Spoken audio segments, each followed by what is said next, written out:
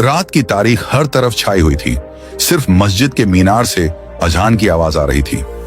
ये एक छोटा सा गांव था जो दमिश्क के करीब वाक़ था, जहां ज्यादातर लोग अल्लाह से डरने वाले और नेक इंसान थे।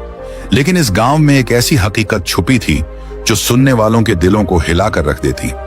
इस गांव में सैयद हमदान नामी एक नेक और परहेजगार इंसान रहते थे। उनकी एक ही औलाद थी, एक खूबसूरत और शरीफ बेटी अलीमा। अलीमा एक अच्छे खानदान से ताल्लुक रखती थी और उसकी परवरिश भी दीनी माहौल में हुई थी। लेकिन किसी को क्या मालूम था कि उसकी तकदीर में ऐसा इम्तिहान लिखा है जिसका कोई तसव्वुर भी नहीं कर सकता था।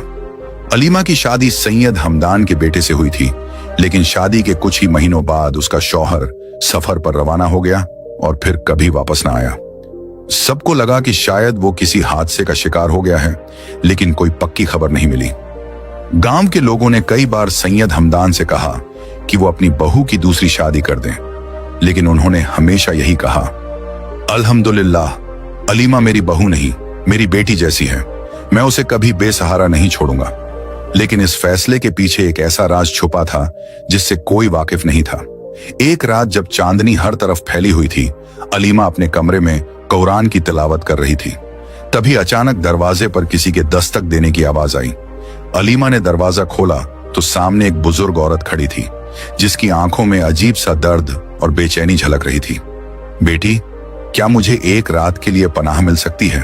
बुजुर्ग औरत ने कांपती हुई आवाज में कहा।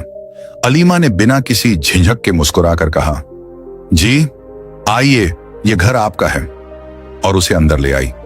लेकिन अलीमा को क्या मालूम था कि ये बुजुर्ग औरत उसकी जिंदगी की सबसे बड़ी आजमाइश लेकर आई है। बुजुर्ग औरत अंदर आते ही धीरे धीरे घर का जायजा लेने लगी। उसकी नजरें हर कोने को बड़े गौर से देख रही थीं, जैसे वो किसी चीज की तलाश में हो। अलीमा ने उसे पानी पेश किया और बैठने का इशारा किया। बेटी, अल्लाह तेरा भला करे, तेरा शौहर तो घर पर नहीं है? बुजुर्ग औरत ने पूछा। नहीं अम्मा, वो काफी अरसे से सफर में है। हम दुआ करते हैं कि वो जल्द लौट आए, अलीमा ने अफसोरदा लहजे में जवाब दिया। बुजुर्ग औरत ने अलीमा की आंखों में झांका, फिर एक गहरी सांस लेकर बोली, बेटी, क्या तू जानती है कि इस गांव